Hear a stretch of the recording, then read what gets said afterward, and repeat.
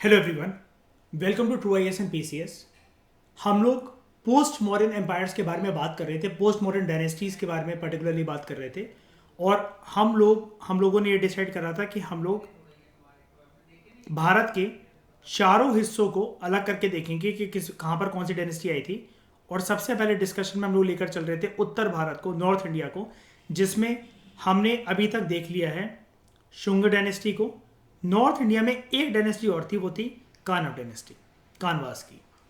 ठीक है, तो इसको देखते हैं। प्रीवियस लेक्चर में हमारा शुंग डायनेस्टी, उनका कल्चर वगैरह, उनकी इंपॉर्टेंस सब कुछ खत्म हो चुका है, उनके sources, literary sources, foreign accounts. अब बात करते हैं कानव डायनेस्टी की।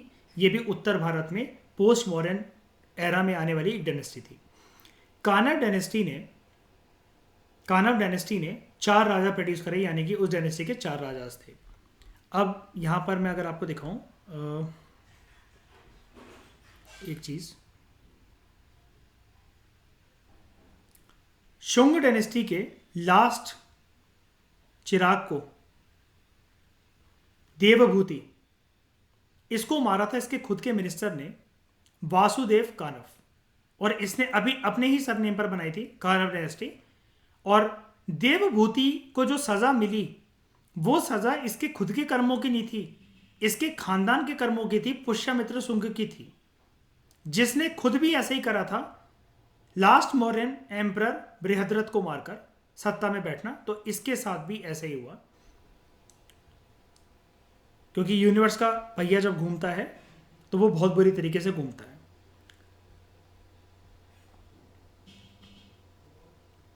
जो हिस्ट्री है मगध की, लेकिन हाँ, ये सिर्फ 45 साल तक ही रूल कर पाए। और जबकि जो शुंग डायनेस्टी थी वो कितने साल,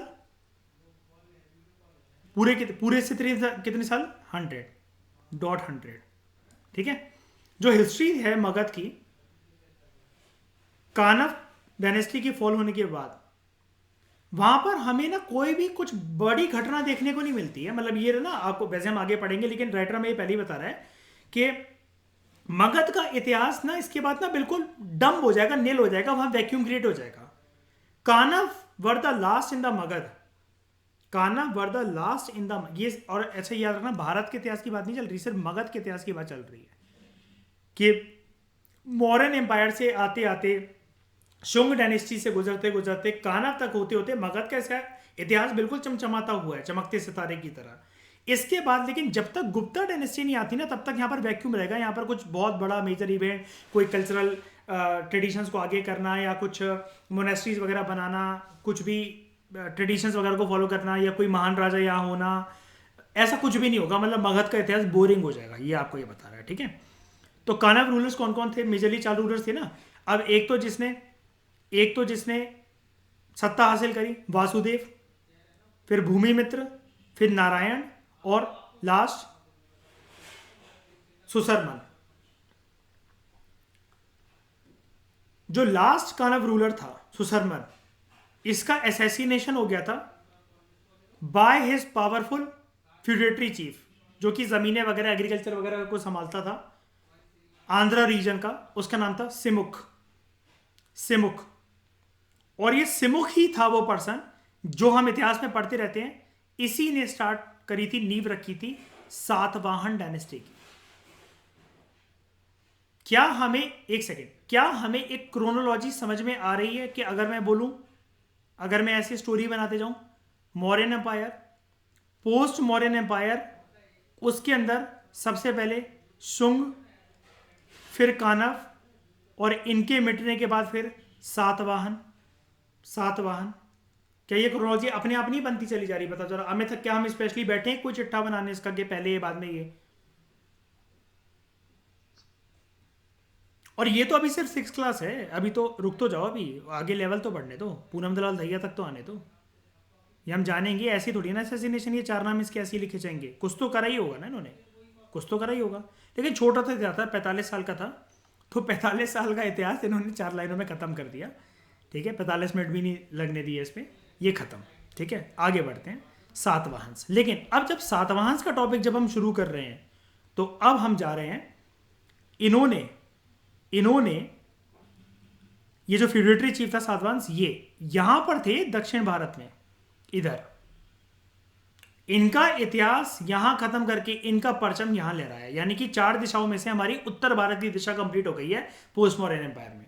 अब हम दक्षिण भारत की तरफ प्रस्थान करते हैं, साउथ इंडिया की तरफ। क्या आप सबको ये समझ में आ रहा है? भटक तो नहीं रहे हो टॉपिक से? बताओ, मैं ज्यादा फास्ट तो नहीं जा रहा हूं? मगध नॉर्थ में ही है और क्या। मतलब अब देखो, पर्टिकुलरली अब बोलना चाहो तो ईस्ट बोल लो, नॉर्थ ईस्ट बोल लो, ऐसा नहीं चलता। ऐसा नहीं चलता, नॉर्थ वेस्ट चलता है इतिहास में, बाकी generally north east south west. Proper जो ओडिशा है ना वो ईस्ट होता है। पूछो बिस्मे से, बिस्मे आपका ओडिशा ईस्ट इंडिया में आता है ना? ना नॉर्थ ईस्ट में आता है ना नॉर्थ में आता है, ईस्ट ही कहते हैं प्रॉपर ओडिशा को। इंपॉर्टेंस ऑफ सुंग पीरियड, नहीं सॉरी सॉरी, ये सातवाहन इन द साउथ, और इसकी इंपॉर्टेंस को भी जानेंगे।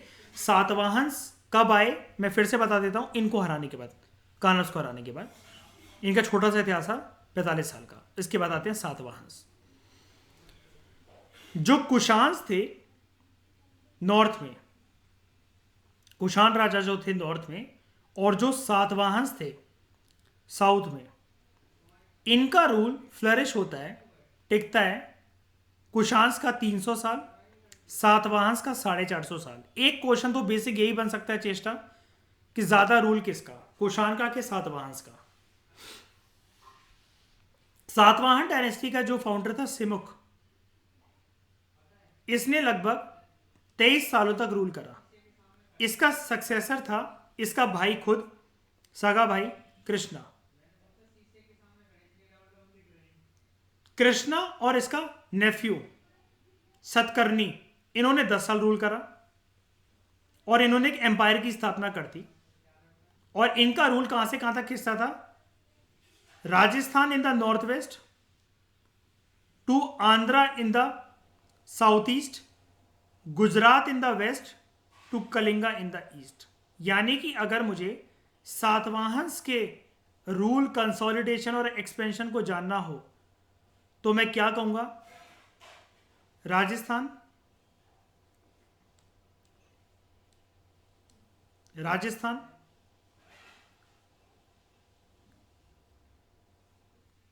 आंध्रा,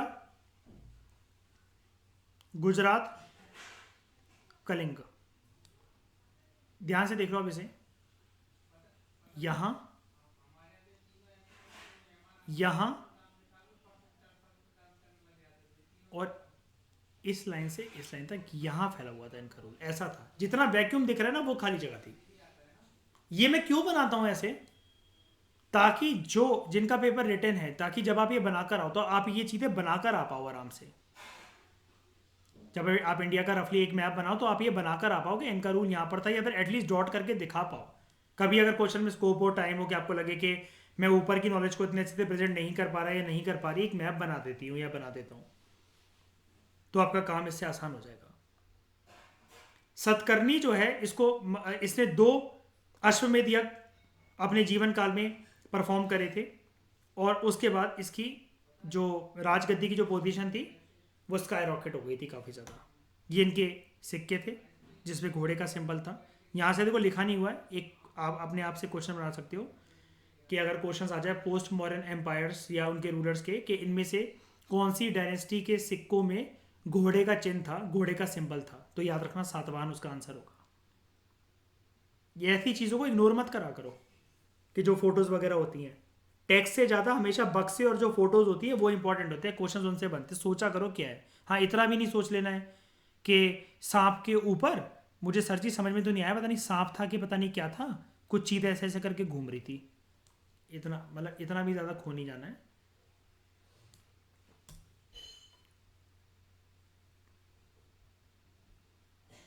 हाँ है ना, इंपीरियल पोजीशन को जस्टिफाई करने के लिए सिक्के आते छपवाता था, ये बताने के लिए कि अश्वमेध यज्ञ तुम्हारा बाप 2 बार कंडक्ट करवा चुका है। लोग तो पूरी जिंदगी में एक ही बार करते हैं, मैंने 2 बार कर रखा है। अश्वमेध यज्ञ कोई छोटा था यज्ञ बंद होता नहीं है। यानी कि मतलब मैंने जितनों को मतलब अपने घुटने टिकवाए, या फिर अपनी अथॉरिटी को, याद है घोड़ा क्या करता है? 2 काम करता है ना, या तो वो भागता रहेगा तो कोई चैलेंज करेगा नहीं, उनकी फटेगी, या अगर पकड़ लिया तो लड़ो युद्ध। तो 2 बार इसके अंदर हिम्मत थी वाला काम करने की, ये चीज ने सिक्कों पे छपा दी। अब मिल गई एनालिसिस इसकी। ग्रेटेस्ट कौन आए? ये कुशान, मतलब ये बोल रहा है कि साइमल्टेनियसली जब ये थे कि इनका रूल फ्लरिश चल रहा था, मैं आई टेल यू आगे चलकर, लेकिन मेजरली हमें यहाँ पर सातवांश पे फोकस करना। वो ये बता रहे हैं कि कुशानास जो उत्तर भारत में भी थे ना, सातवांश दक्षिण भारत में थे, लेकिन दक्षिण भारत में सातवांश का रूल 150 साल ज्यादा रहा। मतलब ये लाइन ना थोड़ी तारीफ करने के लिए ऐड करी गई है यहाँ पर। हाँ, तारीफ करने के लिए। एक्चुअली होता पता है क्या है, हर इतिहास में जो तारीफ करी जाती है ना, उत्तर भारत के रूलर्स की करी जाती है, नॉर्थ वेस्ट से इन्वेजन इन्वेजन इन्वेजन, दक्षिण भारत के इतिहास को वो कर दिया जाता है। अब मैं एक बात बताऊँ, ये क्यों लिखा हुआ है यार? ये तमिलनाडु की एनसीईआरटी है इसलिए, और इसका कोई मतलब नहीं है इसको बीच में घुसाने का। हाँ, इसलिए अपनी तारीफ कर रखी है इन्होंने।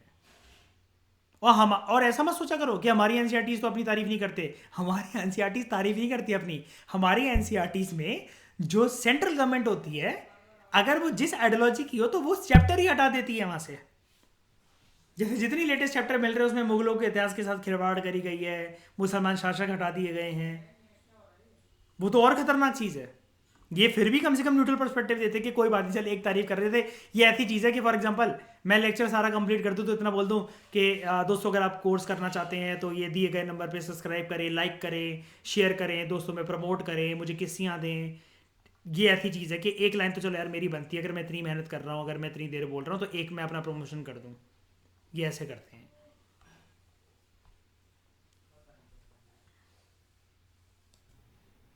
जो गौतमी पुत्र सतकारनी था वो सबसे ग्रेटेस्ट रूलर था इनकी फैमिली का।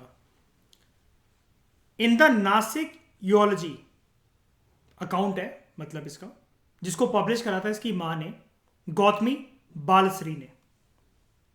उसमें यह बताया गया कि गौतमी पुत्र सतकारनी को ऐसा डिस्क्राइब करा उसकी मां ने, मेरा बेटा जो था वो इतना महान था कि उसने साकास की हस्ती मिटा दी। ग्रीक्स को ये लोग, ध्यान से सुनना, ग्रीक्स को ये लोग यवनास बोलते थे और पार्थियंस को बोलते थे पहलवास। तो अगर ये क्वेश्चन अगर आ जाए, सिर्फ पहलवास लिखा हो पेपर में और यवनास लिखा हो, तो कंफ्यूज मत होना कि ये क्या है। अब उस जमाने में इनके मुंह से नहीं निकल पाता होगा ना वो वाली चीज, ग्रीक्स या फिर वो करके, या जिस भी बेसिस पर इन्होंने ये बोला हो। कभी कभार हम लोग अनऑफिशियल या ऑफिशियल तरीके से, जैसे दोस्ती यारी में हम लोग नाम नहीं रख देते हैं, जैसे फॉर एग्जांपल ओए कालू आ गया, ओए मोटू आ गया, है ना, ओए पगला आ गया, ठीक है, और ये देखो ऋतिक रोशन भाई साहब चले आए हैं। तो यहीं पर इन्होंने भी ना अपने सोशियो कल्चरल सर्कमस्टांसेस के तहत जैसा भी इनको नोटिस करा तो इन्होंने इनको नाम दे दिया, यवनास और पहलवास। जैसे फॉर एग्जांपल आपके घर में कोई चला आ रहा है, कोई परिवार वगैरह, जिसको आप लोग डम्ब मानते हो, तो अब वो कहते हैं ना कि वही पागलों की टोली चली आ रही है, फॉर एग्जांपल आपने कहा, मान लो फॉर एग्जांपल, तो इन्होंने अपने हिसाब से इनको नाम दे दिया। क्योंकि अब आप कहोगे ये ग्रीक्स थे और यवनास बुलाए जा रहे हैं, ऐसा क्यों? इसके पीछे कोई लॉजिक नहीं है, तो वही जाने कि उन्होंने ऐसा क्यों बोला। ठीक है। The extent of the empire is also mentioned in the record. कौन सा रिकॉर्ड? नासिक जियोलॉजी। और ये सब कुछ मजेदार बात क्या है, मां लिख रही है उसकी, गौतमी बालस्त्री। इसकी मां भी हैवी ड्राइवर है, सब जानना इसको। देयर डोमेन इंक्लूडेड, कहां का इनका रूल था? Maharashtra, north Konkan, Berar, Gujarat, Kathiawar and Malwa. इसने जो सिक्के बनाए थे ना, उस पर बहुत सारी बोर्ड्स और शिप्स बनाई थी, इसलिए इसके सिक्कों को शिप कॉइन भी कहा जाता है। और ये चीज ये सजेस्ट करते हैं कि आंध्रास की क्या स्किल थी इन सी फेयरिंग एंड नेवल पावर, काफी स्ट्रांग थी। अब एक और इंस्क्रिप्शन है दक्षिण भारत में, जैसे ये नासिक जियोलॉजी की मम्मी ने लिखी ना, एक और इंस्क्रिप्शन बोगोर इंस्क्रिप्शन उसका नाम है। बोगोर इंस्क्रिप्शन ये सजेस्ट करती है साउथ इंडिया ने एक बहुत इंपॉर्टेंट रोल प्ले करा in the process of early state formation in the south east Asia. देखो ये लाइन कितनी तगड़ी लाइन है ये। हमारे दक्षिण भारत ने बहुत इंपॉर्टेंट रोल प्ले करा इनके टाइम पर, सातवाहंस के टाइम पर, कि जब साउथ ईस्ट एशियन कंट्री विश्व में बन रही थी ना, ये सब जब जिनके बारे में हम पढ़ते हैं, इंडोनेशिया, मलेशिया, लाओपीडिया, बर्मा, थाईलैंड, कंबोडिया, इनकी इनकी मदद करने के लिए, इनकी हेल्प करने के लिए, इनका फॉर्मेशन करने के लिए, इनका रूल इस्टेब्लिश करने के लिए, इनको बताने के लिए एडमिनिस्ट्रेशन कैसे कैरी होता है, ये चीज। और ये हैं सिक्के गौतमी पुत्र सतकारनी के। These are the coins. ठीक है, कॉन्ट्रीब्यूशंस क्या रहा है सातवाहन का, इसकी कैटेगराइजेशन देखते हैं। सबसे पहले देखते हैं लिटरेचर में क्या रहा है कॉन्ट्रीब्यूशन। सातवाहन किंग हाला, या हल भी बोलते हैं लोग इसे, ये खुद एक ग्रेट स्कॉलर था संस्कृत का। याद है इन्होंने क्वेश्चन पूछा था एक विजयनगर एम्पायर के बारे में। Krishnadeva Raya was not only a patron of art and literature, ठीक है, खुद भी था, मतलब वो ऐसा इन्होंने क्वेश्चन पूछा था। मैं दिखा देता हूं उस क्वेश्चन को। ये वाला क्वेश्चन देखिए, Krishnadeva Raya king of Vijayanagar was not only an accomplished scholar himself but great patron of learning and literature discuss. अब क्या अगर कोई ऐसा रूलर जिसकी खुद की डायनेस्टी हो और वो स्कॉलर वो हो, तो बहुत सारे एग्जाम्स में क्या तंग करना होगा, तो किसी और के बारे में नहीं पूछा जा सकता क्या सेम इस क्वेश्चन से इंस्पिरेशन लेकर। एकम्प्लिश स्कॉलर वाली बात and great patron of learning literature, क्या ये थोड़ा सा मिलता जुलता नहीं दिख रहा है?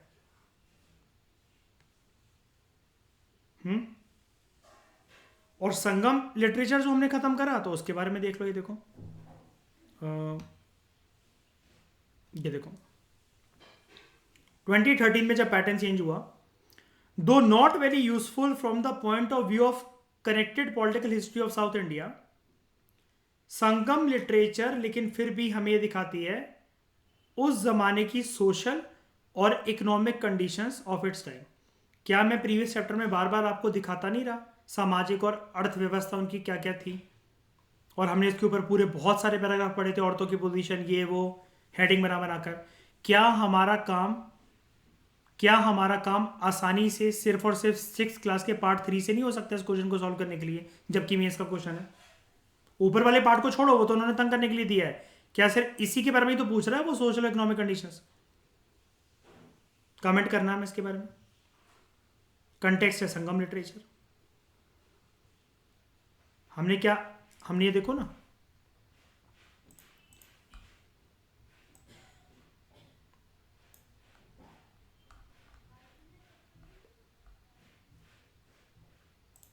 प्रीवियस चैप्टर के अंदर क्या हमने सोशल और इकोनॉमिक कंडीशंस नहीं करी हैं क्या?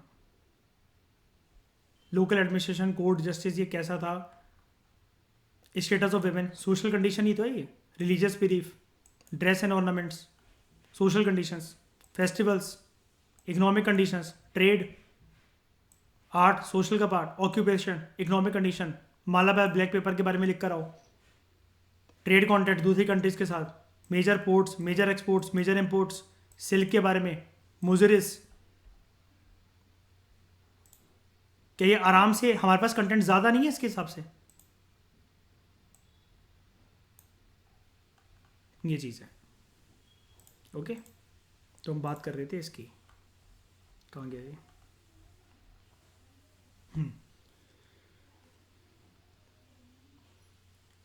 एक स्कूल ऑफ थॉट था जो कि संस्कृत को प्रमोट करता था। इसी की वजह से ये जो सातवाहन किंग था हाला, ये बहुत बढ़िया स्कॉलर था संस्कृत का, ठीक है। तो कंटारा स्कूल ऑफ संस्कृत जो है वो फ्लरिश हुआ था in the Deccan in the 2nd century BC, इसकी वजह से। और जो हाला था वो बिलीव करा जाता है ही इज ऑथर ऑफ सत्तासई या सप्तसती, 700 स्टेंजास जो प्राकृत में लिखे गए, ये इसने लिखे। Art and architecture, Satavahana rulers बहुत अच्छे बिल्डर भी माने जाते हैं। They began constructing Buddhist stupas in Amaravati. Where is Amaravati? Andhra Pradesh. एक ब्रॉन्ज स्टैचू है बुद्धा का खड़े हुए, वो डिस्कवर करा गया। वियतनाम की एक साइट है ओक ईओ, ओक ईओ, जो कि बिल्कुल रिजेंबल करती है अमरावती स्टाइल से। और मैं एक बात बताऊं, आप ही कहोगे वियतनाम में ये बुद्धा का स्टैचू और बुद्धा का कल्ट पहुंचा कैसे? दक्षिण भारत के रूलर्स ने उस टाइम पर, अभी हमने बड़ा बहुत इंपॉर्टेंट रोल प्ले करा था साउथ ईस्ट एशियन कंट्रीज की फॉर्मेशन में। तो अब कोई कंट्री जब बनती है तो उसके ट्रेडिशन और कल्चर भी बनता है कि नहीं बनता उनके लोगों के साथ साथ ऑटोमेटिकली। तो जब ये लेकर जा रहे हैं, इनसे पूछा कि भाई साहब आप किसकी पूजा करते हैं, क्या करते हैं, वो नहीं करते हैं, तो उन्होंने बताया हम अपने अलावा भी पूरे भारत का भी बता देते हैं आपको कि क्या क्या चला आ रहा है। हमारे साउथ ईस्ट एशियन कंट्रीज को बुद्धिज्म को अपनाना अच्छा लगा, आज तक भी अपनाते हैं वो। हमारे यहाँ फिर भी कम हो गया, लेकिन आप ये सारी कंट्रीज की बात करो, अदर एशियन कंट्रीज की, Japan, China, south east Asian countries, Buddhism flourishes like anything. ये जो रेडी का मैं गाना दिखाया मैंने आपको, हमको प्यार हुआ पूरी हुई दुआ, ये जो पूरी मूवी की शूटिंग है कोई इंडिया में थोड़ी ना हुई है, सिंगापुर में हुई है। Later Satavahana kings issued lead and bronze coins जिसपे शिप डिपेक्ट होते थे with two mast, like harbour वगैरह बांधने की जगह और पूरा पूरा शिप का एक बड़ा सा स्ट्रक्चर के ये दिखाने के लिए इंपोर्ट एक्सपोर्ट और ट्रेड बहुत अच्छा होता था। एक स्टोन सील भी पाई गई है थाईलैंड में, जो कि ये दिखाती है कि इनके बीच में ट्रेडिंग रिलेशंस थे। थाईलैंड में कहाँ पर एक साइट है नखोन पैथोम, वहां पर। गांधार, मथुरा, अमरावती, बोधगया, सांची, भारुत, ये कुछ स्प्लेंडेड मॉन्यूमेंट्स एंड आर्ट हैं जहां पर इन्होंने अलग अलग मॉन्यूमेंट्स वगैरह बनवाए सातवाहन रूलर्स ने। मथुरा स्कूल ऑफ स्कल्पचर जो है, जिसमें स्टैचूज बनवाए गए उन देवी देवताओं के जो कि बिलोंग करते हैं बुद्धिज्म से, ब्रह्मैनिकल ट्रेडिशन एंड जैन ट्रेडिशन। अब जैनिज्म एंड बुद्धिज्म में तो बुद्धा के अलग अलग पोस्चर्स, जैना में भी वर्धमान महावीर के अलग अलग पोस्चर्स, एंड ब्रह्मैनिकल डेटीज के भी। और मथुरा स्कूल ऑफ आर्ट एक फॉर्म ऑफ आर्ट होता है, आई थिंक आप सबको पता होगा, जिनको नहीं पता don't worry, just wait for the Nitin Singhania's art and culture का 4th एडिशन। अलग अलग स्कूल ऑफ आर्ट फॉर्म्स आप सीख जाओगे, पता लग जाएगा आपको उनके बारे में। ये सब इनकी देन थी। एक इंपॉर्टेंट बात और करते हैं जो करंट अफेयर में काफी ज्यादा था आज से कुछ टाइम पहले। World famous life size statues Buddha के आपको अफगानिस्तान में बामियन वैली में देखने को मिलते हैं, इंडिया के नॉर्थ वेस्ट फ्रंटियर में। और ये एंशियंट इंडिया से ही टिके हुए थे। तालिबान, हाँ, तालिबान की सत्ता जैसी काबिज हुई अफगानिस्तान में, उन्होंने गोलियां चलाई बहुत ज्यादा यहां पर और उसको डिस्ट्रॉय करा। Just see this.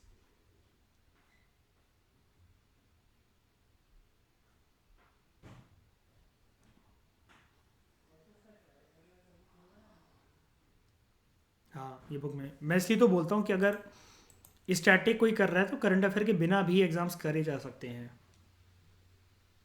और ये एक एग्जाम्पल है गांधारा स्कूल ऑफ आर्ट का during the post modern time. मैंने बोला ना अलग अलग स्कूल ऑफ आर्ट के फॉर्म होते हैं, जैसे आपको यहाँ पर नाम दिख गया गांधारा फॉर्म ऑफ आर्ट, ये मथुरा स्कूल ऑफ आर्ट, ये सारे के सारे इन्होंने प्रमोट करे थे। लेकिन हमें ये जानने की जरूरत नहीं कि क्या करा क्या नहीं करा, वो इसमें क्या बनाया क्या नहीं बनाया। इन दो चीजों से अगर मैं इसको और इसको कनेक्ट कर दूं, ये और ये, इससे मुझे दो चीजें ये जानने को मिलती हैं कि अगर मुझे सातवांश के बारे में क्वेश्चंस आए, ये कौन से स्कूल ऑफ आर्ट के पैटर्न थे, एक मेरे पास आंसर होगा मथुरा फॉर्म ऑफ आर्ट और दूसरा गांधारा फॉर्म ऑफ आर्ट। कौन कौन से रिलीजियस कल्ट को ये पैटर्न देते थे? बुद्धिज्म, जैनिज्म, ब्राह्मणिज्म, और इसके साथ साथ ही एसोसिएटेड हमने देखा था वैष्णविज्म। और भी आएंगे, डोंट वरी, अभी ये सिर्फ 6th क्लास है इसलिए। क्या ये इतनी बात आप सभी को समझ में आई आराम से? बताओ। तो इस डिस्कशन में फिलहाल इतना ही। Thank you very much for discussion.